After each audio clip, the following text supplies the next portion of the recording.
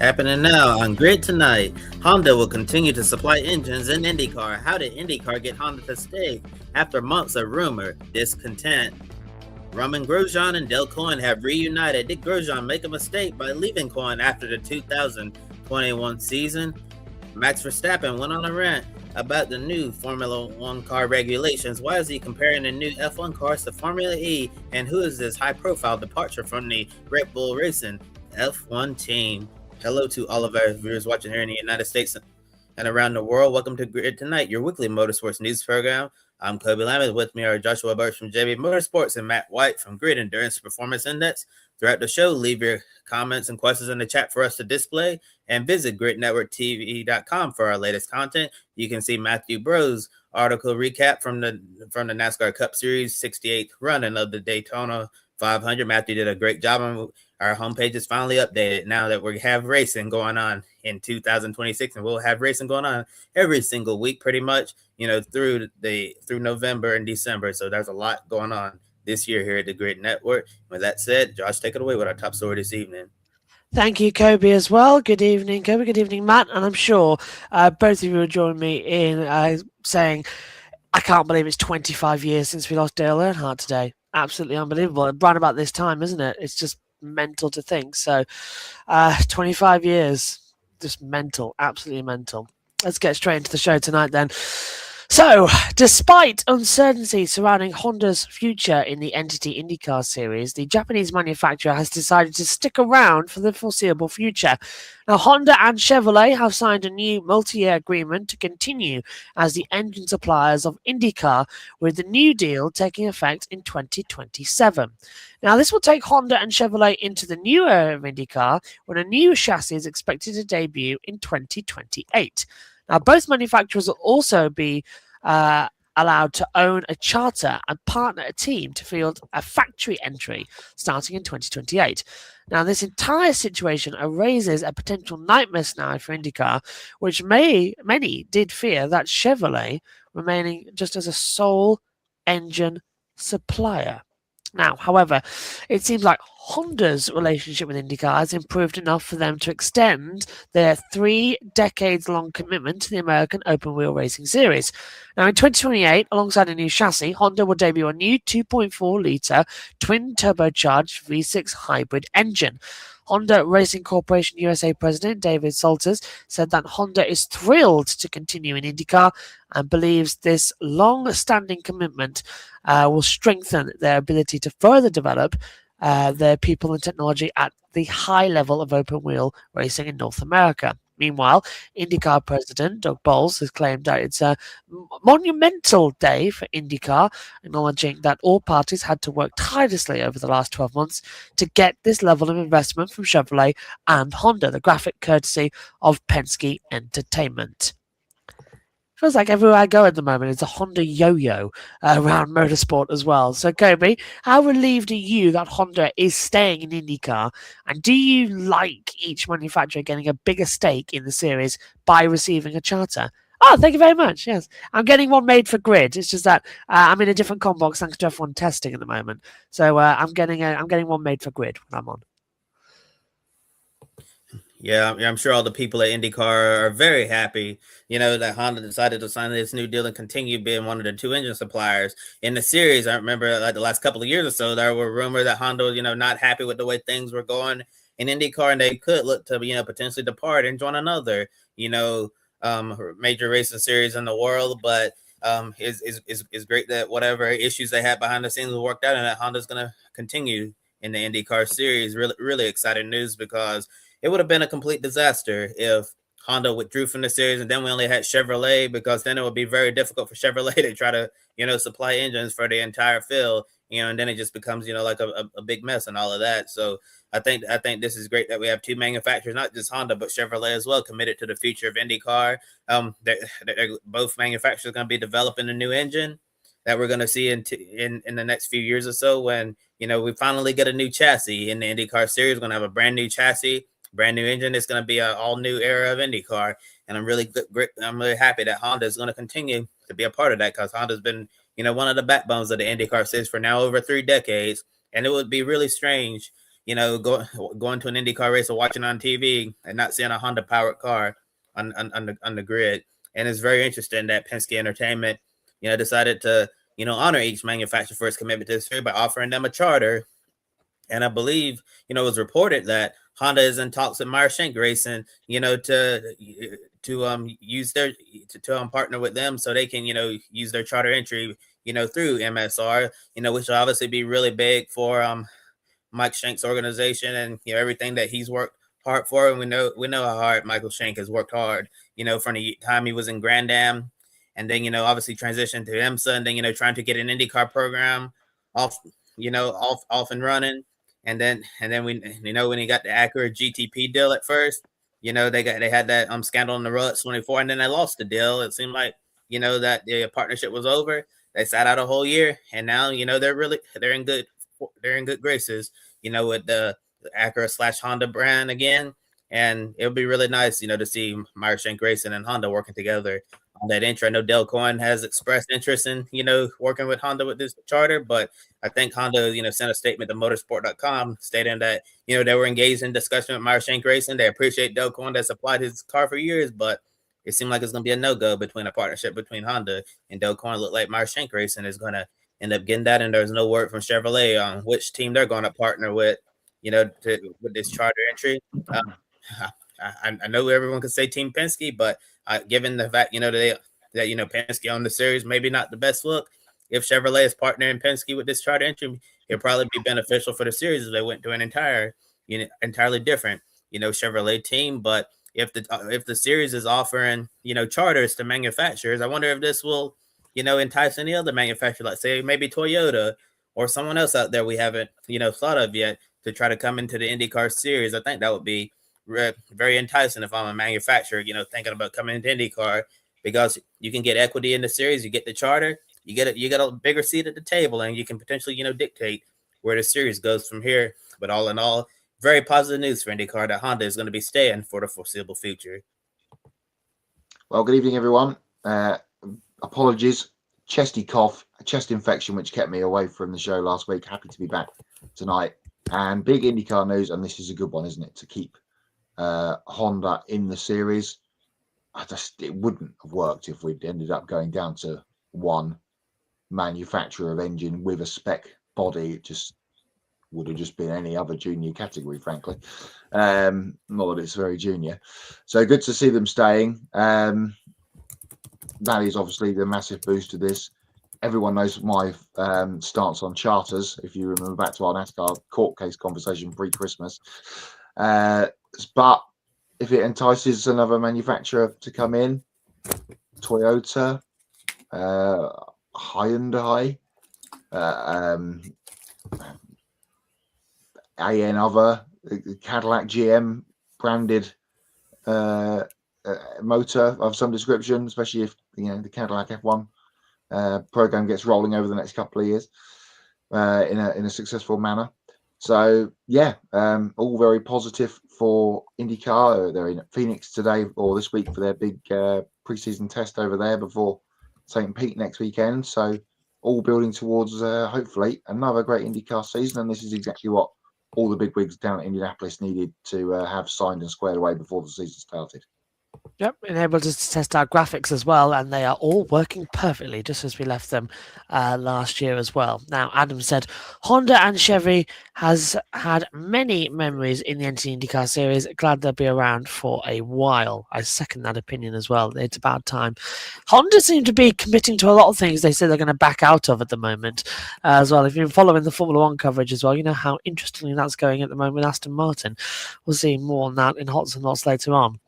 Okay, unlike now a certain French company who I'm going to mention in Hots and Lots later on that are pulling the plug on everything. More on that later. Oh, okay, yeah. Well, I've got news for you on that front as well, actually, from what's been circulating today. So I'll be able to. I think we might be able to help each other there. Ooh, okay. So, yeah. In our Grid Endurance Performance Index segment later in the show, Matt will have more on this event as a whole, but we have an update after the scary crash in last weekend's Bathurst 12-hour. Now, in the 9th hour of the race, Mercedes factory driver Ralph Moore was leading the Bathurst 12-hour in his number 77 Craft Bamboo Racing Mercedes AMG GT3 until disaster struck. Now, as the leaders approached the forest elbow section of the Mount Panorama, two cars were stranded in the middle of a tight section. However, no full course caution came out as Aron ploughed into Johann Zelger's Porsche at full speed, which absolutely destroyed both cars. Now, a video from a fan showed Aron climbing out of Mercedes, which was on fire, after as well he was later taken to hospital for further evaluation. Now, on Instagram, Aron has posted a photo of himself in a hospital bed, revealing that he suffered 2 fractures in his back, but has full movement and sensation throughout his body. He added that he understands the risk of racing at places like Macau, Po, the Nürburgring, the Nordschleife, and Bathurst, but he feels the seriousness of the one he suffered at Mount Panorama should warrant a meeting and open discussions with race control. He doesn't want to point fingers at anyone, but simply wants to share his experiences and perspective so we can all learn from the situation and prevent it from happening again. The photo there courtesy of Ralph Aron's website. Well, Matt, we'll come to you on this one as well. It's a simple question. Did race control completely drop the ball in this moment? And how soon should the full course caution have come out? Well, this is part 2 of all the shocking stuff that happened at the mountain at the weekend. We'll talk about part 1 later. Because of this one we saw because it was in the daylight and it was captured on camera, unlike the other one, which I don't think we want to see, but we'll talk about that later.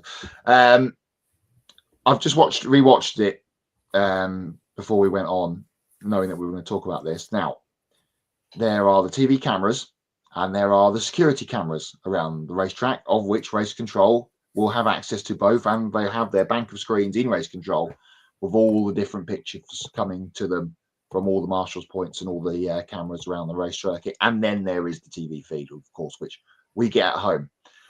16 seconds was the time between the camera cutting to Zelger's Porsche broadside at the little right-hand kink before Forest Elbow and the impact of Ralph Aron. 16 seconds.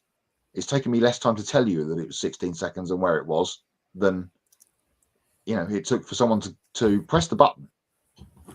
Safety car immediately. But that's not just race control. This is the team. There's a radio, but I'm going to do it with the phone. There's a car stopped at Forest Elbow. The track is blocked as Aron is coming across the top of Skyline and down through the dipper to the point of the incident. So I don't know if he was been told or what he was told on the radio, knowing that car was approaching that point at speed.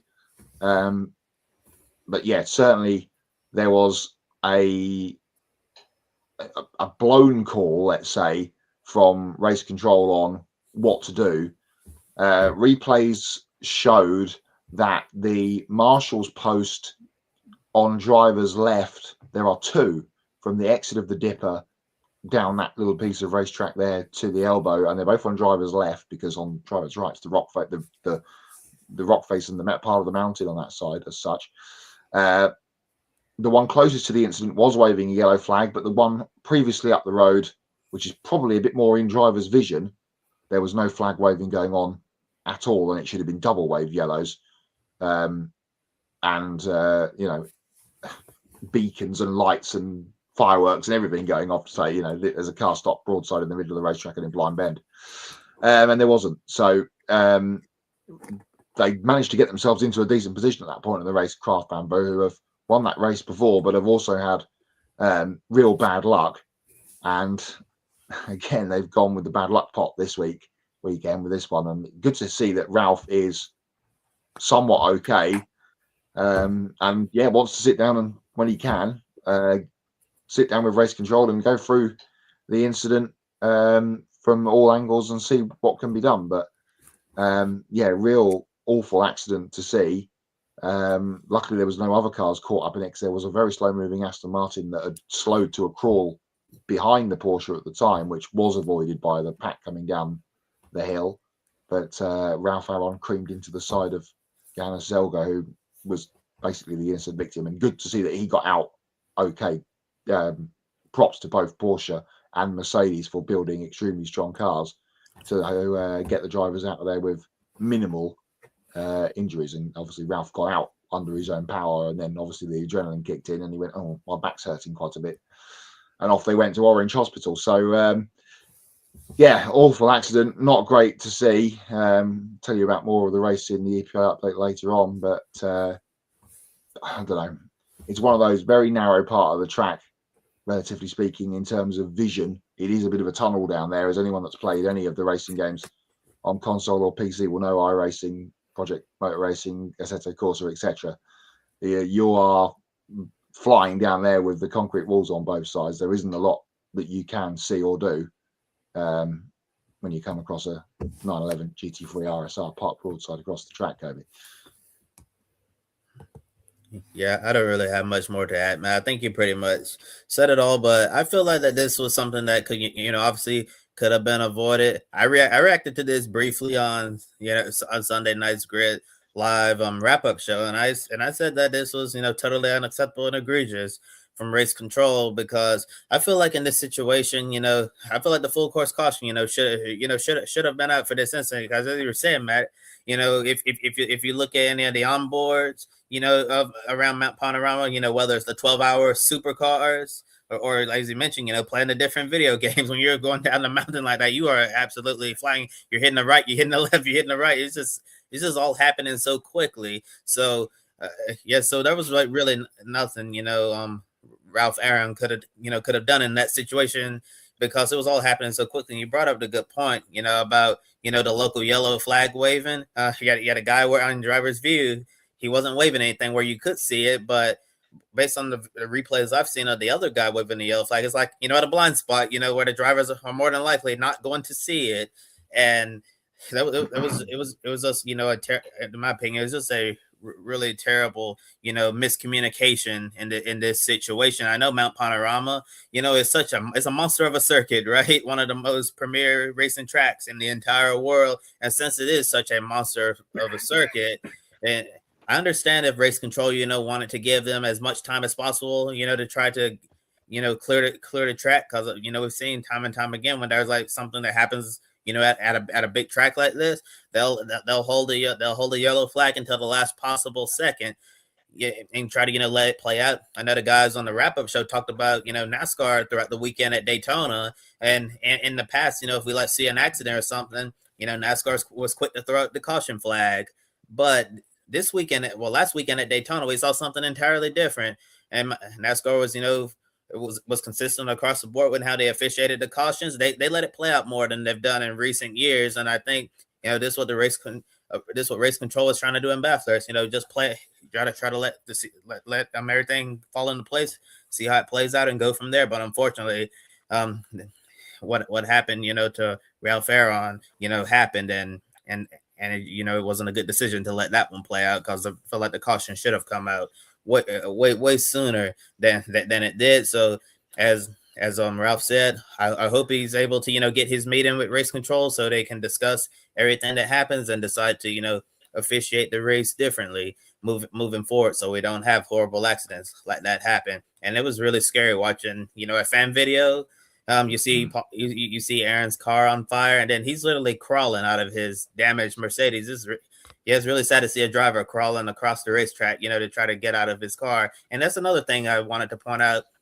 How on earth did it take 1 minute for, the safety officials to reach him? I understand, it's a large mountain, and all of that, but I feel like, that we should have people scattered, throughout this mountain where you can reach a driver, at any point, whenever there's an accident. I feel like, 1 minute to try to reach a driver, it's way too long. But I do understand Mount Panorama is massive, and it's probably hard to try to have people scattered at every vantage point. But still, I feel like they should have got their safety officials should have got there way sooner than they did. The problem with that part of the track is that there isn't any access along that stretch. I'm just trying to think in my mind, going backwards up the hill. The next access point is driver's right, just as you tip in to McPhillamy Park at the top of the hill. There's a point there where they could have got a vehicle from, but of course, racetracks are one-way systems. So just past the elbow, there's two access points on both sides of the racetrack, but of course they can't come back up the hill because it's a one-way. Also, just thinking about why you were talking there, Kobe, I blame Chaz Mostert for all this, because in 2015, in Supercars shootout for Bathurst qualifying, he went off there chasing a pole time and massacred the marshal's post, which was further down the hill on the driver's left. They brought it further forward, and now it's actually in a driver's blind spot. The second one that mentioned, the one that was waving the flag. Yeah. So I blame Chaz Mostert for all of this, frankly. This is a scary record. Bathurst praying for the drivers for recovery.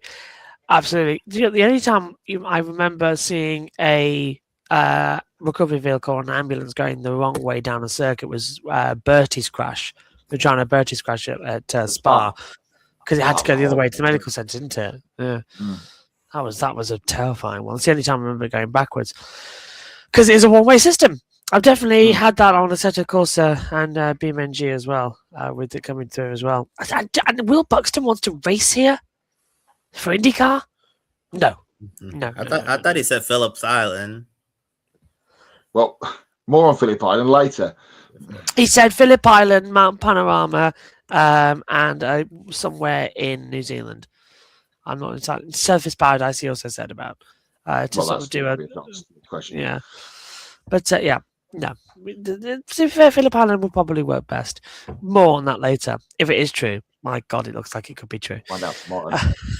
Yeah, I'm quite scared now, because if it is true, my God, this is going to be quite an interesting Thai Grand Prix weekend. So let's go on to our next story. The final full-time seat on the 2026 NTT IndyCar Series grid has finally been taken. To no one's surprise, Dale Coyne Racing was the final team to complete its driver lineup, as we're typically used to this team having a TBA by its name longer than most in the IndyCar paddock. Now, after teaming up previously in 2021, Romain Grosjean is back in IndyCar to drive the number 18 Honda with sponsorship from Only Bulls and Bitcoin Max. Now, during Grosjean's previous stint with Coyne, he earned a pole and a podium at the IMS road course, plus other notable performances that put him on the radar of the biggest and bigger IndyCar teams. Now, Grosjean and Coyne have some unfinished business to settle. Team owner Dale Coyne said pairing rookie driver Dennis Hauger with a proven veteran like Grosjean gives them a strong competitive foundation, photo courtesy of Dale Coyne Racing. Yeah, well, where else would you put somebody who's destined for Formula 1 who's ended up in IndyCar as well, alongside a teammate who was in Formula 1 and then had got kicked out because he, didn't have any money finished left as well, or wasn't paying Russian big bucks to get into the team. So, Kobe, starting with you on this one. Given the team's new technical alliance with Andretti Global, how competitive do you expect Dale Coyne Racing to actually be? Actually, I think Dale Coyne can build off some of the success they had last year with Rinus VeeKay. I thought Rinus VeeKay did a really good job in his single season with Dale Coyne Racing. A lot of people thought Rinus was going to, stick with Coyne, but, he decided that the grass was, greener elsewhere, which left, Dale Coyne looking for another driver to take over the seat. And it looks like, Dale Coyne has obviously decided to go back to an old friend and Romain Grosjean. Remember, Dale Coyne Racing gave Grosjean his chance to get back into single seaters, after his scary crash in Bahrain several years ago in Formula One. And Coyne and Grosjean, I thought they hit it off right from the start. Thought they, had a lot of success together. Obviously, remember when they got the pole at the IMS road course after Grosjean led down the quick time, he got out of the car. There were cheers from the grandstand. Fans, really happy for him. Grosjean, he was competitive, in quite a handful of races with Coyne in his single season there. And I honestly thought that partnership, would have been nice to see it continue into the future. But, then, as you mentioned, Josh, he got the attention of some of the bigger teams in the IndyCar paddock, specifically Andretti Global. And Grosjean went to Andretti. And, when you drive for a team like Andretti, the pressure is going to be way more compared to a team like Dale Coyne, because when you're driving for Dale Coyne Racing, if you say get a top 5 finish or finish 6 or 7 right outside the top 5, but still in the top 10, you're going to get a lot of praise, for overachieving. But if you're finishing, say, 6th in an Andretti car when you're expected to win, they're going to consider that underperforming. And it's safe to say, that Andretti and Grosjean, were not a good fit at all. I remember towards the end of his tenure at Andretti, after spending a couple of years there, they were ready to get rid of him so badly. We thought it like got so bad between Grosjean and Andretti. We thought they were going to fire him before the season ended. I remember when our own Joe Samaniego was on the ground, in Portland, there was an argument between Grosjean and then the people on the timing stand at Andretti. It just got so toxic. And speaking of his time at Andretti, it was quite a surprise this week to see Romain Grosjean make an appearance on Alexander Rossi's podcast. Considering what happened between them at Mid-Ohio, they had a lot of bad blood when they were teammates at Andretti after that Mid-Ohio incident. So I guess time is healed between those two. And but getting back to the question, Josh, I do think that both sides have some unfinished business here, and I think that teaming up with Andretti here, I know they got the technical alliance through. Dennis Hauger is Indy Next driver champion who's moving up to IndyCar this year along with Dale Coyne Racing. I think that we could see some of the best out of Romain Grosjean. Returning to a environment with low pressure like Dale Coyne Racing, and then you have Dennis Hauger, who a lot of people expect to become a feature star in the IndyCar Series someday. Sky's the limit, for Dennis Hauger. And I think that this is a very strong driver lineup for Dale Coyne Racing. Looking forward to seeing what they can do in 2026. Yeah, it all started so well, didn't it, for Romain, with that emotional weekend at IMS with the pole and the podium. And everyone was so happy to see him back racing and being successful. And that led to the Andretti deal. And there was, a couple of things, wasn't there? The Rossi stuff at Mid-Ohio, the infamous clash while racing for the lead with Scott McLaughlin at St. Pete in the opening race of the season. And it just didn't work, did it? Grosjean in the DHL car at Andretti just didn't work. And now he's been obviously doing the Lamborghini IMSA program over the last couple of years, just trying to keep himself sort of in play there. That's obviously gone. That program's now bitten the dust as well. So, a guy of Romain's talent, and it was clear when he was back in his first stint in GP2 how good he was in the end of the noughties, which got him into the Renault team in 2009 mid-season after that boy Piquet got fired. You can see how good he was then. So the talent is there. It just needs to gel with the right place. And I think going back to Coyne, and as you mentioned, Rinus VeeKay did some wonderful things with that team last year. That podium at Toronto was certainly one of them. He can kick on with that team, can Romain. It'll be interesting to see how he goes. Might take him a couple of rounds to get back up to speed, especially on the ovals. Of course, we've got one coming up fairly quickly at the beginning of the season at Phoenix. So, just after all the stuff that's happened to Romain Grosjean, I'm just happy to see that he's still doing this. It clearly enjoys and loves it, and hopefully this can be a decently competitive ride for him, and a great teammate for Dennis Hauger to have there as experienced in the world of motorsport that Romain is, to push their rookie on Hauger in the other car. Absolutely. We're going to be in for a very, very good season of IndyCar racing from everybody. And if the testing is anything to go by, the return to Phoenix is going to be absolutely fantastic in just a couple of weeks' time. 3 back-to-backs, of course, getting the season off and running. And it starts next week. So, on last week's show, we discussed Dario Franchitti making a one-off NASCAR return. And now another personality from the IndyCar paddock will join him. IndyCar on Fox broadcaster James Hinchcliffe will make his NASCAR Craftsman's Truck Series debut next weekend on the streets of St. Pete. Now, Hinchcliffe is set to drive the number 77 Chevrolet Silverado for Spire Motorsports with sponsorship from Delaware Life. Now, his IndyCar peer, Dario Franchitti, will be in the Tricon Garage number 1 Toyota Tundra. Now, Hinchcliffe said that this will be a baptism of fire at a track he loves and has always wanted to try something in the NASCAR world, the graphic courtesy of Spire Motorsports. Okay, so he'll probably be doing one of the sessions or two of them in his racing leathers on the Fox broadcasts as well. But the weekend where we're trying to merge the two back together again on a street circuit, nice that we're going to have both Dario and then James Hinchcliffe in there as well on a weekend where Fox, of course, are producing it. And Jamie Little will be there. Yes, looking forward to I mean, great to have that. I didn't on the show last week. Great to have Dario back, isn't it? Just to have him around again, which is just awesome. And yeah, good to see Hinch in. I mean, that'll be a little race within the race, I guess, between those two, perhaps if they end up being on the racetrack at the same time as each other. It's going to be cool to see how it goes. I mean, that race is going to be absolutely chaos from start to finish, and I will make sure I am free in front of a television to watch it next Saturday, because it's going to be fun. Something else quickly that's IndyCar related and St. Pete related, but isn't in the IndyCar paddock. Sebastian Bourdais is going to be in the Mazda MX-5 races at St. Pete. Oh, wow. Okay. Next weekend. So you got Franchitti, Bourdais, and Hinchcliffe back in racing cars on an IndyCar weekend, which is something we haven't seen since at least 2014. So we've got IndyCar's analyst versus Formula E's former analyst on the racetrack, when they could both be in the booth, really. But yeah, looking forward to seeing how they both go. It's going to be a very entertaining race, or a very crazy race. Okay.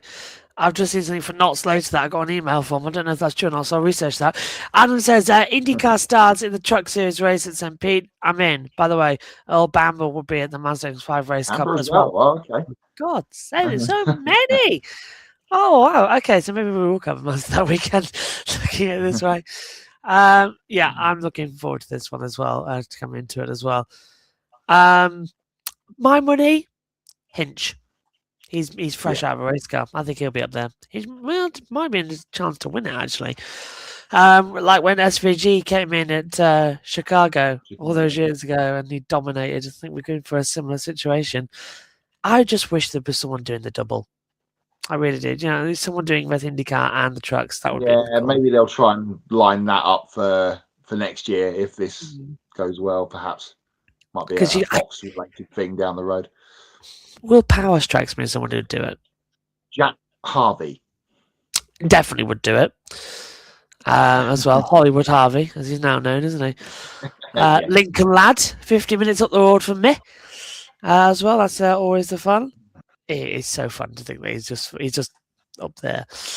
So let's get on to our third story of the evening, and it's quite an interesting one actually, because it's very much is a hot topic. It only came out in the last few days. Red Bull Racing's chief designer, Craig Skinner, has departed the Formula One program effective immediately, right before the start of the 2026 season. And this is notable because Skinner's been with Red Bull since 2006 and is one of the longest tenured members of the team until his departure. Now, according to F1.com, Skinner worked closely with the current Red Bull technical director, Pierre Wash, and Adrian Newey, who's now Aston Martin. Now, in a statement, Red Bull said that Skinner has been an integral part of the team's success, thanking him for his hard work and wishing him the best in his future endeavours. This comes several days after four-time Formula One World Champion Max Verstappen lashed out at the new F1 cars. Now, as we're still in the middle of pre-season testing, Verstappen compared the new regulations to Formula E on steroids, producing cars that aren't fun to drive and labelled it as anti-racing. Verstappen added that he likes going flat out as a driver, and he doesn't think you can do that with the new cars because a lot is going on. He pointed out that the increased focus on energy efficiency and management with the new power units have an almost equal output of combustion and battery power. And defending F1 World Champion Lando Norris responded to Verstappen's criticism of the new regulations by saying that he's had fun driving the new car personally and that Verstappen can retire if he wants. Link to this article is in the video description below and photo courtesy of F1. Must also point out that the Formula E CEO, Jeff Dodds, came out publicly and said that if Max wants to test a Gen 4 Formula 1 car, he can do so at any test circuit he likes and with no media, completely behind closed doors to see how he likes it. So, Kobe, starting with you on this one as well. If it's the departure of a long-term Red Bull employee right before the start of a new season, concerning? Because, and what do you make of Verstappen's comments on the new cars as well? So, well, starting with the first part there, Josh, it's a really interesting timing that Craig Skinner, after all these years of being at Red Bull, has decided to depart right now. I think the timing is, it's kind of weird. Not really sure, what to make of that. I know you and Matt are more in tune to the Formula One world than I am. So maybe you guys will have a better answer as to why Craig Skinner could have potentially walked away. But if I had to, think, I'm wondering if this is just, team principal Lauren Meck is, just decided to continue cleaning up, the rest of the people who were who were under the wing of Christian Horner for the longest time, because if he's been there, since 2006, he's been, right there with Christian Horner, every step of the way. And it seemed like since the new team principal has come in, he's decided to, do things his way. And maybe, he just wants to get his people in the right places, and anyone who was there under the previous regime, just slowly move them out over time. But yeah, it's definitely interesting to see the chief designer of Red Bull Racing's Formula One program depart right before the season. I would understand this if this was, at the end of the season or whatever, but right before the season starts, the timing is just, really strange. And when I saw on the Formula One social media account, the first onboard of the new, Formula One cars, I have to admit, when I was listening to it, I said, oh, I hear a little bit of Formula One in there. And I said, and then I hear the battery power, and I'm thinking, this car sounds like a Formula E car. So I will say, from the sound of the cars, it's a mix of what we heard in the previous generation car with a little bit of Formula E in there. So I can see the Formula E connection here, strictly from the sound, from the sound perspective. But it obviously, Max is obviously, very frustrated with the new regulations, doesn't like the car, and very cheeky Lando Norris to come in there and be like, hey, Max, if you don't like the car, you can retire. He's like, you have 4 world championships, which is more, than most drivers will ever have. So you can just like go and do whatever you want there. Yeah. So, and Max, does have that power. If he doesn't want to be in Formula One, he can go out there and race something else, as he's already, stated his passion, for sports car racing, wanting to run some of the crown jewel endurance races all over the world. And we could very well see him in the 24 Hours of Nürburgring later this year, which would be really exciting, to see. But yeah, it was very interesting to see Max, get on his soapbox and go on a rant, saying that these cars are, are anti-racing, that is basically Formula E on steroids. And Josh, I did see, the Formula CEO Jeff Dawes, make that statement, saying that, we'll give Max a chance to test drive a Formula E car, just to see what it's like. And I do wonder if Max Verstappen was able to test drive a Formula E car, would his opinion, change? But the funniest thing I saw from that come out of this whole story to me, right after Max, made these comments at the Jeddah E-Prix the previous, weekend, the funniest thing was seeing that, Racing Bull's, rookie driver, Arvid Lindblad, he attended the Jeddah E-Prix. So I really wonder if, after hearing Max's comments, that he decided, hey, I want to go check out, Formula E to see if Max is right about what he's saying. But all in all, yeah, Max making the headlines, as we get closer to a new season in Formula One. A great man once sung, and I'm not going to sing it because I've got a sore throat. It was Dan from Bastille. He sung, "The walls came crumbling down in the city that we loved." Red Bull 4 times in a row, world champions. Adrian Newey, Christian Horner, Verstappen, latterly Mark Webber, Sebastian, all of that. And now it's because they're not winning. They're stamping their feet. And they're leaving and they're being sacked and they're sending naughty WhatsApps and whatever else. Helmut Marko gone as well. I kind of agree with Lando. If you don't like it, you can go elsewhere. This is what we've got.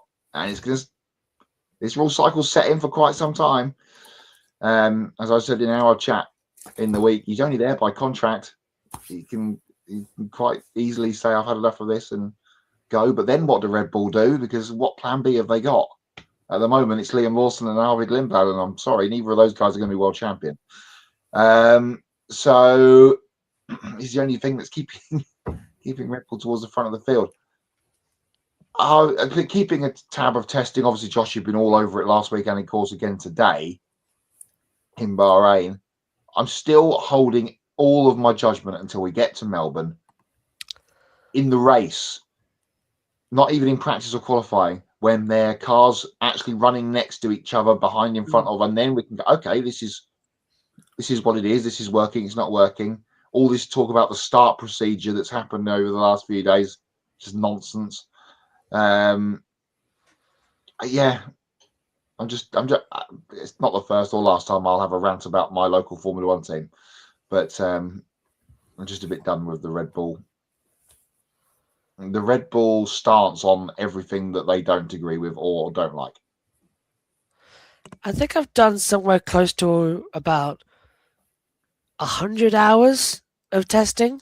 Somewhere along those stupid lines that I can work out. 9 day. How many have we had? 1, 2, 3, 4, 5. 5, 3, and 6, I know 7, one I've won 8, today. 9. This is day 9 of Yeah. testing. So that's 9 nines are whatever it was. I'll cross it all. 81. Yeah, there you go. 81 hours I've done. I still don't understand these regulations. And what's really worrying me is that the teams don't either. I've been sat at the apex pad analysing every little bit of aerodynamic change. I've been looking at these cars evolve over the past 3 weeks. And nearly a month now. And the biggest thing I can say is we are in deep doo-doo. If we are now 3 days, well, I don't know even that. What are we? We are 2 days away from that being it. They've only now just started to look and go, yeah, you know the start procedure, we're going to have to change that. What are we doing? We're going to get to Melbourne and everything's going to explode. Melbourne is going to be car crash television, literally. I can't wait. It's going to be a lot of fun this season, just trying to survive. Body, and I can't remember who it was. One of the F1 content creators, I saw it come up on my Facebook reels. Did the I'm in a F1 26 car on the grid, and I'm spooling my turbo. The lights have already gone out. Everyone's ploughed into the back of him in their 2025 car. It was quite funny. I'm just practicing my my start procedure. So it's like 1 light, 2, 3, and it is. We're racing. Go. No, really? Hang on. Now. One of them's gone. It's gonna be just honestly, I don't know. Then they were talking about standing starts. Like if they can't do them, they'll have rolling starts. I was like, if we have a rolling start in Melbourne, F1 is dead. It will get crucified. GP2 with the clutches issue all those years ago. Yeah, that nearly killed Formula 2 and GP2. It nearly killed it when they got those cars in because it was an embarrassment. It lasted 3 weekends and it nearly killed the series. If F1 has to have a rolling start because the cars don't work off the grid, F1 is dead. It will not survive. I'm telling you now. Because the whole hype of an off-season is on those 5 lights going out in Australia. And if they don't, we're in big, big, big trouble. I bet there's some people within F1 that are hoping that it's a safety car start for the Australian Grand Prix for weather. Yeah. Well, that is true, but even in the rules, there's every attempt to make a standing start with the procedure. I've read they've changed every procedural rule. If anyone wants any bedtime reading, the rules are now in like A, B, C, D, E, F, G. And they go through so many different regulations. They've changed the red flag procedure. They've changed the safety car procedure. They've changed how everything sort of works. They've tightened up the regulations. They've used this as an opportunity to really rewrite the rule book. And what's amazing me is the fact is that they can't even realize what the rule is because one thing of the lights, the FIA broke their own rules today. The lights must go on from left to right. They come on right to left today. So they did it wrong. The lights were in the reverse procedure, if you remember. And that's against the FIA rulebook. So everything's going wrong. Anyway, we'll get more on that later. Now you've seen it, see if you can spot it tomorrow when we do another practice start, because they're going to do them a couple of times now to try and practice. So here's Matt White with the latest in the Grid EPI update. Good luck, mate, because you're going to need it for this one. Thank you. We've touched on it already, but let's go back down under to that place behind me on the wall. Bathurst Mount Panorama for the Maguire's Bathurst 12 hours, which took place over the weekend, as we touched on earlier on. Let's say about the successful parts of the race, and they were the winners. We've seen and heard about one Mercedes that got smashed to pieces with Ralph Aron behind the wheel, but one of them won, and it was the Gripper M team that came through the carnage to take the win on Sunday afternoon local time. Maro Engel, Michael Grenier, and Maxime Martin, who lined up together in that race last year and had a shot late on before it went wrong, redeemed themselves and the team with the victory there at the mountain. So congratulations to them. The bronze category, which was actually the fourth in the tiers category, running actually ended up with their winning car in the bronze category finishing second. And that was the high-class racing Porsche of Dorian Boccolacci, Andres Fordbach, and Keron Lee. They're the only silver class runner didn't actually end up finishing the race. There was only one of them and it crashed out. The Pro-Am race was won by the Ram Motorsport duo of Dylan O'Keefe, Brett Hobson, and Garth Walden. We have no more Endurance Performance Index races for the next 3 weeks. There is the winning Ram Motorsport Mercedes-Benz. Thank you, Kobe. No more EPI for the next 3 weeks. We've got our winter break because we've already had 12 counting races and it's the end of February, can you believe, towards the 147 race championship that is the 2026 Grid Endurance Performance Index. So we've now got 3 weeks off of the EPI. This is where I normally say, this weekend we've got this coming up.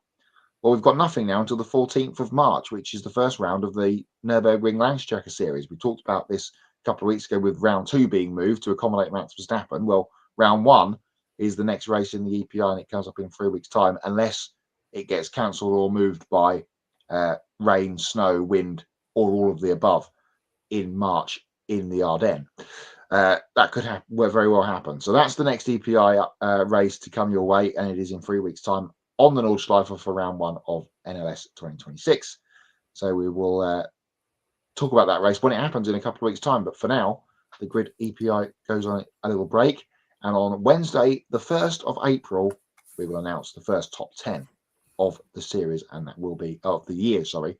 And that'll be week 1 of 2026. So looking forward to that. That is only 8 races to score away. So we'll get to race 20 of the year, and then we'll have our first top 10 to tell you about when we get to the 1st of April. Right, that is the main part of the show done and dusted. Time to hand over to Kobe. He's got more of the news and notes from the week.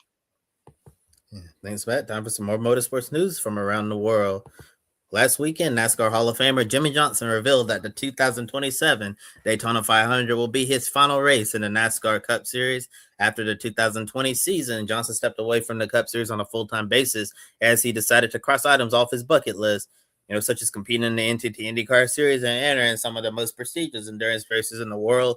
However, since joining the ownership group, at Legacy Motor Club, and since becoming, the majority owner within the last year or two, Johnson has competed in select Cup races in the last few years. He finished 29th and 68th run of the Daytona 500 field a few days ago, but we'll see him run his home race this summer in San Diego at Naval Base Coronado, and then he'll hang up his helmet for good as a Cup driver after the 69th Daytona 500. Johnson said he spent the last 6 years having the freedom to choose where to race and have clarity on where he needed the most, so he believes it's just time for him to focus his energy on building a world-class and unrivaled organization in the Cup Series.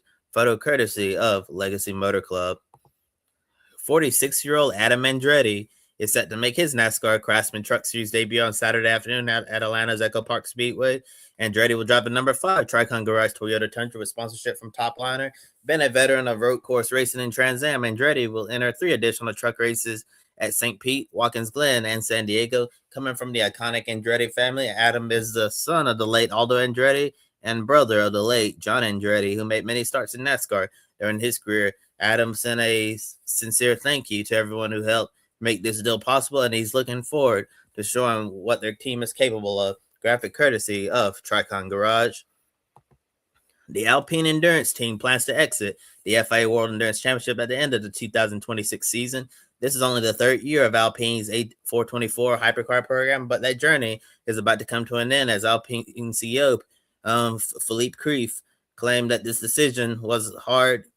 That this was a hard decision, but it was made to protect Alpine's long-term ambitions. However, Alpine's departure from the WEC won't impact their Formula One program in any significant way. Earlier today, their livery for the 2026 season was unveiled alongside their driver pairings. Formula E's Antonio Felix da Costa will join Charles Malasey and Ferdinand Habsburg in the number 35 Alpine, while Victor Martins is set to join Jules Gounon and Frederick Makowiecki in the number 36 Alpine. Graphic courtesy of the French manufacturer. And now I'm going to end with some sad news tonight. George Barber, founder of Barber Motorsports, passed away at age 85. During his life, Barber was a successful businessman and real estate developer. for many of us in the motorsports community, we know him for building the Atlanta road course. Building the Alabama road course that's been on the NTT IndyCar Series schedule for a long time. If you've been to Barber Motorsports Park or seen some of the visuals on TV, it has a lot of interesting things and figures, just floating around the facility, including the mannequin Georgina that fell onto the track during an IndyCar race in recent years. George Barber, Georgina, named after him. That was just, an example of some of the wacky things that reflected the creative mind that George Barber had and wanted to express to the world.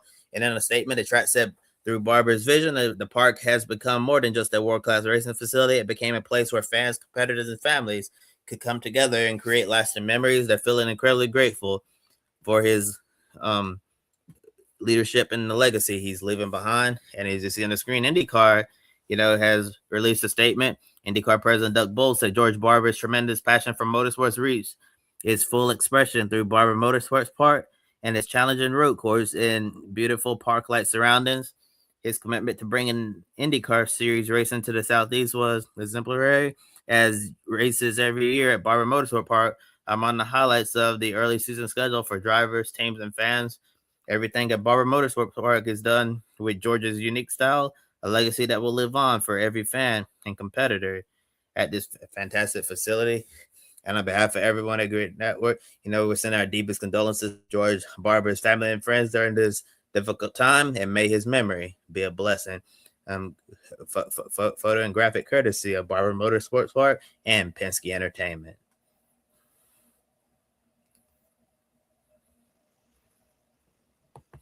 And that's all of the headlines I have for y'all this week. Now I'm going to turn over to Matt for everyone's favorite game, Pick a Winner. Yeah, condolences with everybody in the Barber Motorsports Park community down there. There's 3 museums I want to get to in my lifetime. Bathurst, Indianapolis, and Barber. The world's biggest motorcycle racing museum at Barber Motorsports, or collection is at Barber Motorsports Park in the museum. So rest in peace to George. Right, yes, as Kobe said, Pick a Winner is back for the weekend. Of course, we'll have the Cup race included in this on Sunday from Atlanta Motor Speedway. Where the players play is on the Pick a Winner leaderboard. And you can get involved by using the hashtag Pick a Winner. As you can see, Alex and Matt are joint leaders on 2 points. I can tell you there is still 202 points available. So plenty of chances to score as we enter March. And we are about to start picking for, as you said, Kobe, the Supercars season, which gets back underway this weekend at Sydney Motorsports Park with a trio of races, one on Friday, one on Saturday, and one on Sunday. They have been testing there on the short circuit this week in preparation for the races on the long track. And I am going to pick both of the races, certainly Friday and Saturday, with the same driver, a man that needs to redeem himself after a down year last year, and that is Will Brown. He is my pick for Friday, Saturday at SMP. I promise I'm not copying you, Matt, but that's exactly who I plan to pick for both races as well. I'm going to start off with Will Brown winning race 1 and race 2. Going to wait to see what happens in race 3. And as always, you can always change your pick before a green flag drops. So I'm going to wait to see how they qualify. If I think Will Brown is starting, a little bit further back, I may decide to switch my pick to another driver. But for now, going to go with Will Brown. I think him driving Craig Lowndes is a, iconic 888 number, the 888. Is going to bring him some good luck this season as he tries to bounce back after having, a so-called down year after winning the championship, the year before. Who you got, Josh? I'll go with your picks, boys. I will completely back you on this one. So I'll go Will Brown if it's going to get me some points on the board. Definitely going to have to quiz you two ahead of Australia in a few weeks where we're covering the Supercars round that weekend. I think that's going to be on JB Sports Extra or JB Sports 2, I don't know where, but I know we're covering it, so that's going to be a lot of fun coming into the weekend. So help me, please, because I don't know what on earth we're going to have. Watch out for Brock Feeney the week out to game. A lot of things that happened at the end of last season, and Joey's going to pick Brock, and he's going to pick Brody Kostecki, 2 Friday Saturday race winners. And as Kobe said, you've got all the way up until the green flag or lights out, whatever it might be, of the races to get your pick in using the hashtag pick a winner. We hope, and we all hope that we can get this correct, because as you can see, the leaderboard is fairly blank, and the people that are on it have scored minimal points. So 4 points up for grabs this weekend. 3 supercars races, 1 from NASCAR. Get your picks in using the hashtag pick a winner across all the many various social media accounts where the Grit Network reside. Right, time for Hots and Knots to wrap us up for the week. We'll start, obviously, we always do, with the Hots. And that popping up in the top corner of the screen has reminded me to tell you to go to Grid Network TV, and you can scan the QR code to get there. Hot. 2 hots. One of them's just come out. Let me read it to you as I bring the tweet back up from Fox. The biggest viewership of a truck race, this was Friday's truck race at Daytona, since 2016. 1 million people. 1.3 million people, 37% up on the average. So that is hot, and that is breaking. We don't know why. Hello, Tony Stewart, Clears McFarland. Secondly, hot, the Daytona 500 finished in the daylight on a Sunday with no delay. I was stunned. With no controversy. Stunned. And we tried to work out the last time that happened. It was certainly 10 years ago, wasn't it? Yeah, Denny Hamlin's win. Yeah, me and Matthew had the same conversation, and we think 2006 and 2016 were the last 2 times it happened. So every year ending in 6 is a Joey Logano kind of thing. Well, that's quite nice actually. But honestly, that was my hot. Kobe mentioned earlier on about how they kept it green. Hot, definite hot. I'm fed up of overtime. I know we nearly got close to one this time, but I am fed up of overtime, and I'm so glad that we ended 200 laps, bang on the dot. Yes, stage 3 to begin with was a bit of a snooze fest because the Toyotas are at the front and fuel saving, and they brought the field down by about 30 mile an hour. We went from 180s to 140s, something like that in terms of lap speed. But I did enjoy the 500 a lot. There was a lot of access. There's a lot of intrigue about it. And I really, really enjoyed the final stage of it. It got good after the Toyota's box, because the one thing that the chase has done is the stage points don't matter for the playoffs because that's gone. They matter so much more for the championship as a whole. So everybody's going out to win the stage points. We were saying, weren't we, on the show, why are we keeping stages? Now we know.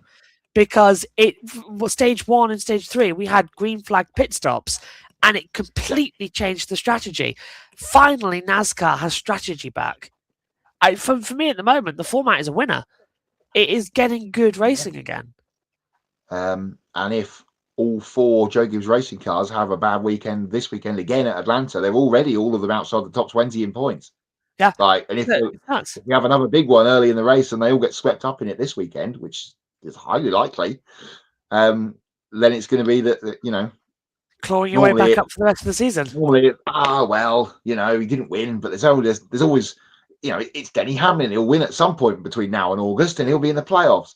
Yeah. It doesn't matter anymore, and now we have to keep watching the championship standings, which is good. It's so much fun. To Tyler Reddick and 2311 on winning the race.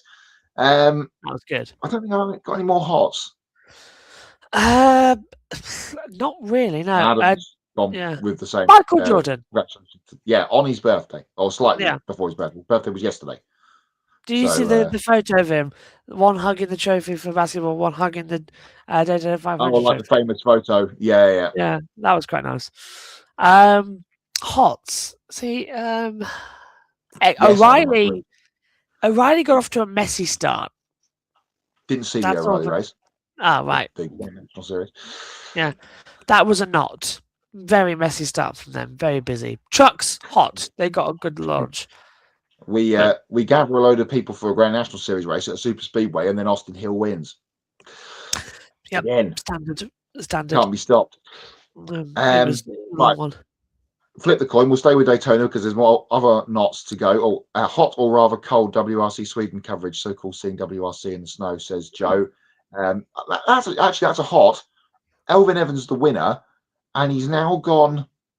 I saw today 16 events consecutively where he hasn't finished outside the top 6. Wow. Yeah. No non-finishes. Estonia Did Colin never do that? was P6. But otherwise, he's been in the top 5 for the last 16 events on the spin, Elvin Evans. So that's I can't remember Colin doing that. Can you? Probably not. No, he would have thrown the thing at the hedge 2 or 3 times and still tried to carry on. I can't remember the Quattros doing that. Back in the day. So Elvin Evans is on the roll of his life and he still can't get anywhere near the championship. Maybe this year's his year. Knots, Daytona, Justin Allgaier in the cut race. Not good. That was terrible. No, that was bad. Yeah. I don't know what they were trying. And he held his hands up for it and he said he apologised, all that. But the first time I saw it, I thought, no, he didn't come up. It was a touch, and that's what happened. I thought, he's touched him because it was from the head on. It did look like it, didn't it? Yeah. Yeah. And then I saw the replay from the back camera, and I thought, no, he does come up. I agree there. Yeah. Jack called it immediately brilliant. He said, no, he came up there. And I was like, you sure? You sure about that? And I was really sort of digging into it a bit because I was like, no, it looks like they just literally just merged together through the tribal section. But no, Allgaier does come up and wrecks the entire field. It wasn't the big one. Officially, the huge one. That's unusual. JT was giving the list out how it goes between cars. So we was more than 20 between 21 and 25. It's the huge one. Right. Okay. There was some conjecture between how many were in it. There was some people saying it was 17. Some people saying it was 21. We got the list on laps and run. Hang on. Actually, I can tell you. Actually, I've got laps and rundown saved on my screen here somewhere. I did save it. I think it's disappeared. Okay, well, enough. I screenshot that. That's weird. Oh, I screenshot the results. Typical. I screenshot the results on laps and rundown. Other knots to mention. Turbos. Formula 1 turbos. Keep going. How long you got?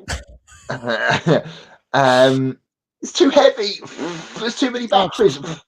Other knots to mention.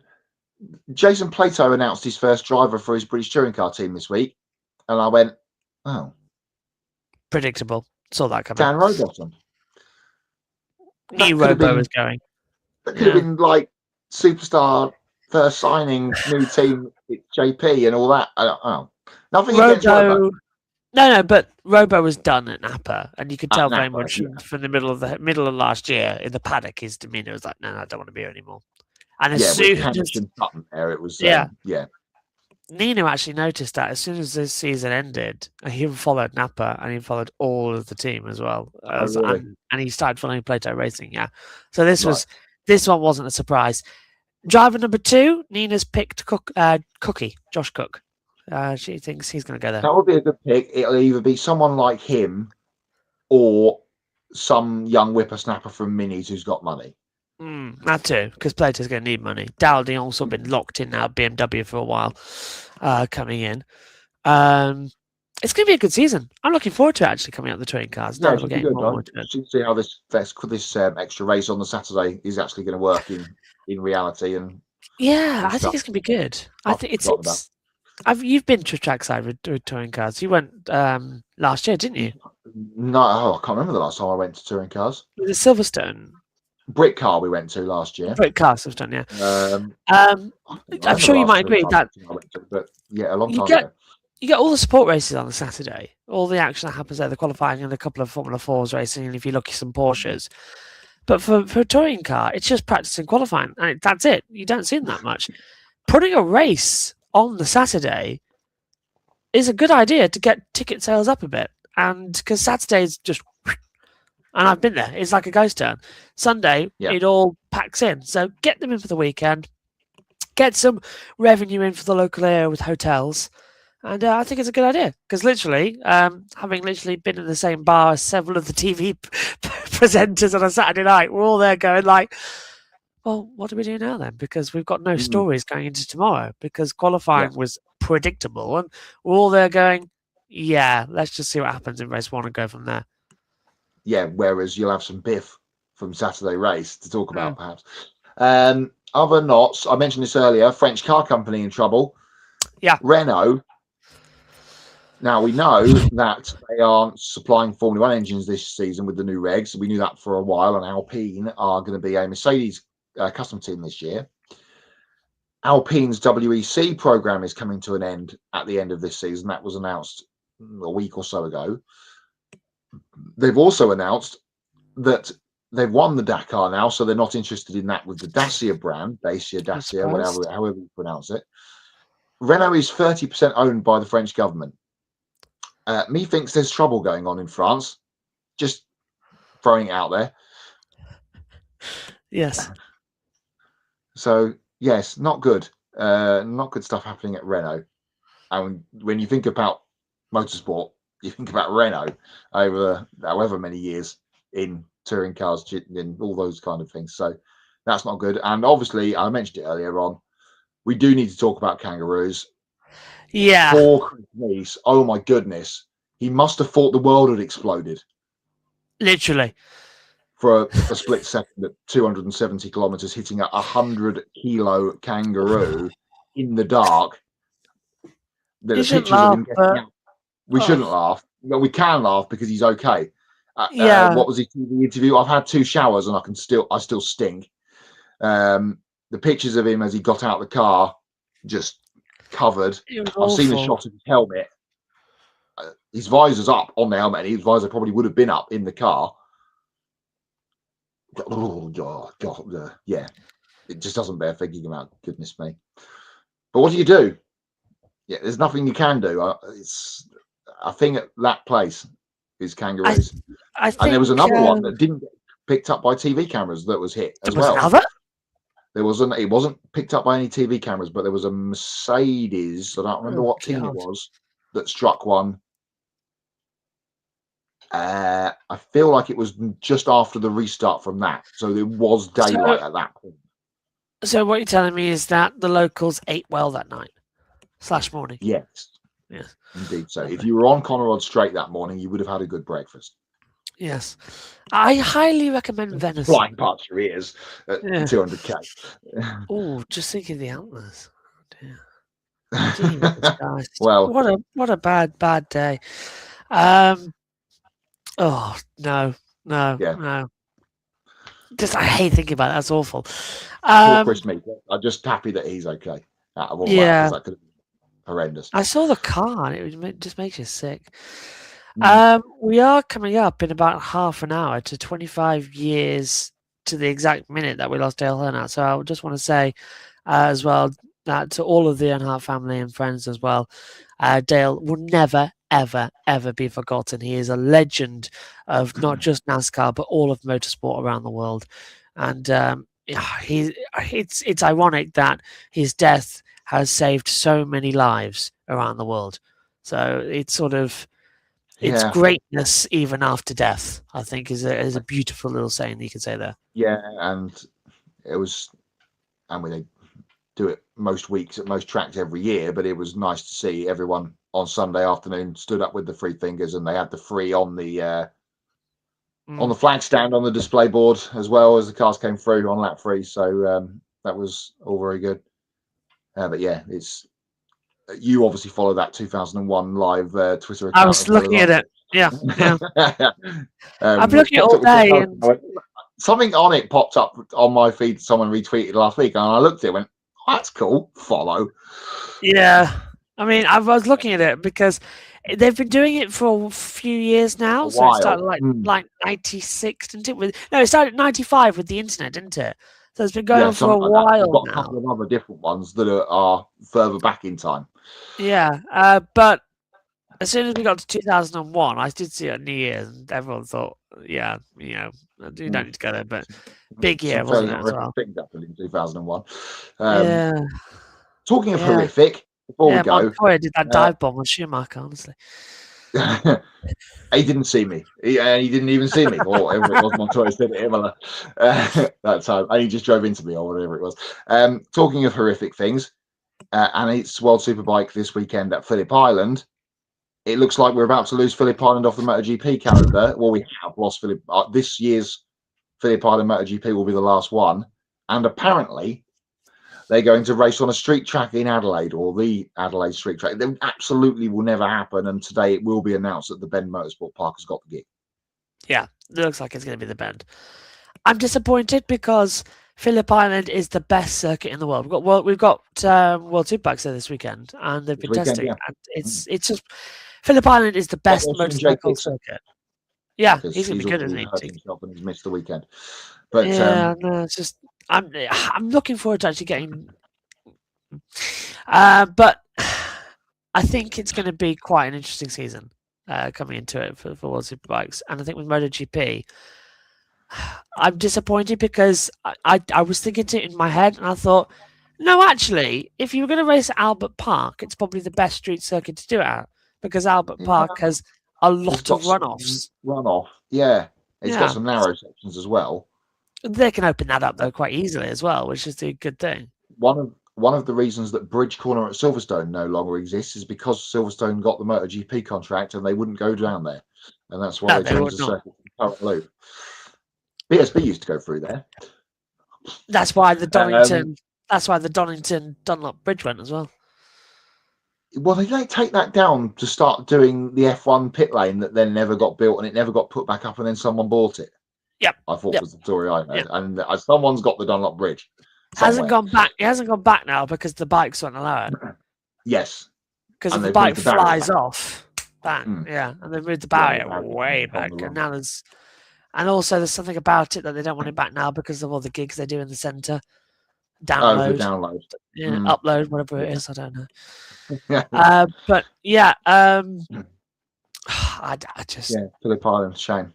Real shame. Best track on the calendar. Yeah. There was a run there. We're still having them, but there was a run of races in MotoGP in the late teens where every single one of them was absolutely crackers, especially the one where Andrea Iannone headbutted the seagull. I remember commenting on that as well. It was quite funny. Didn't know what had happened at first. It is the race. I've got special memories of Phillip Island actually because that was. Yes. I'll explain it actually because the first time that Nina met the family, it was the Australian Grand Prix weekend. So last year, last October, yeah. So she came down on. It was also America's Grand Prix weekend. So she came down on the Friday. Said hello to everybody, met the family, did the F1 session, and then went to bed. But then I had to get up in the middle of the night to do. Megan very kindly did practice and qualifying. I did the sprint, so I could have a couple of hours sleep because we were out in the afternoon. So I had to get up at like 3:30 in the morning, and I said, "Sorry, I've got to go to the box." And I'm knackered and tired, and I do the sprint race, and it's fantastic and it's energetic. And then, literally, she told me this earlier on. I came back to bed, and I was like, "Morning, that was great." And she said, "How are you got so much energy? It's 4:30 in the morning." I'm like, "That was amazing! It was brilliant." And the same thing happened the next night, and that's what Phillip Island does to you. It energizes you with some fantastic, beautiful, skilled racing, and it's one of my favorites. And I really hope, I really, really, really hope that it gets back on the calendar ASAP or it doesn't go. Because MotoGP does have a habit of adding races to a calendar and never racing at them. So, yeah. So, you know what? On that, quickly before we go, we're going to Brazil in a few weeks, and I haven't heard a peep. No, I haven't either. MotoGP in Brazil. No. How do I put this? MotoGP say, MotoGP do are two different things. Different things. Indeed so. Sorry, not even Dorna anymore. Dorna gone, yeah. Yeah. What was it? MotoGP Publication Sport, whatever it is now? Something silly. It's great news for World Superbikes as well, if that becomes the case. Mm. I haven't even applied. I've applied for that job, but I haven't got it yet. So I was like, maybe that's why it's taking so long. I don't know who we're working with at the moment. But yeah, it's going to be quite an entertaining season when it gets started. Testing starts on Saturday, I believe. Saturday and Sunday at the Chang International Circuit ahead of the Lights Out next week. Yes, and World Superbike this weekend, MotoGP next weekend, so bikes are back. Yeah, whoever decided to put two bikes, night races back to back, I hate you. Yeah, not nice. And then it's MotoGP Brazil if it happens, and then the States back to back. So then it'll be at the end of the for us. Oh, and don't forget, we're going to Argentina. Not this year, but next year at the old Yes. circuit of So it all gets confusing. Anyway, we've rambled, and I'm up at 6:30 Not like us anyway. at all. No, really not. So, taking a look at our upcoming schedule, Sunday Grid Live wrap up is 90 minutes after the NASCAR Cup Series race at Atlanta's Echo Park Speedway. And then Monday, Grid Rising is at 7 p.m. Eastern, recapping O'Reilly's and Trucks at Atlanta. Yep, it's a new name and it's a new show, but of course they still touch on the juniors up and coming. So please do continue to subscribe to our YouTube channel. And if you've liked what you saw tonight, you can send us a YouTube super chat to show your appreciation. We've now passed 1,700 subscribers, and you can help us reach our next milestone of 2,000 subscribers. And you can hit the bell icon to get notifications so you'll always know when we've gone on the air, and follow all of our social media platforms and visit gridnetworktv.com. You can take 5 minutes to invest in the Grid Network through Patreon. You can join Colin, Mark, Deshelle, Robin, David, Matthew, Crystal, and our newest Patreon subscriber, Nico, who invest each month in the Grid Network. And we encourage you to help these great group of people who keep us on the air all year round. And once we hit $500 per month, we can afford to send our team to the track more often and continue growing our media outlet. Link to all of this is in the video description below. And if you want to make a one-time donation, you can click on the Buy Me a Coffee link, get your name on the board, invest as much as you want, and consider buying a specific on-air personality cup of coffee, and they will thank you on the air. Well, there we go then, all wrapped up for tonight. For Kobe Lambeth and Matt White from the Grid Endurance Performance Index, I'm Joshua Birch from JB Motorsports. Thank you very much for watching. We'll see you next time. Bye-bye.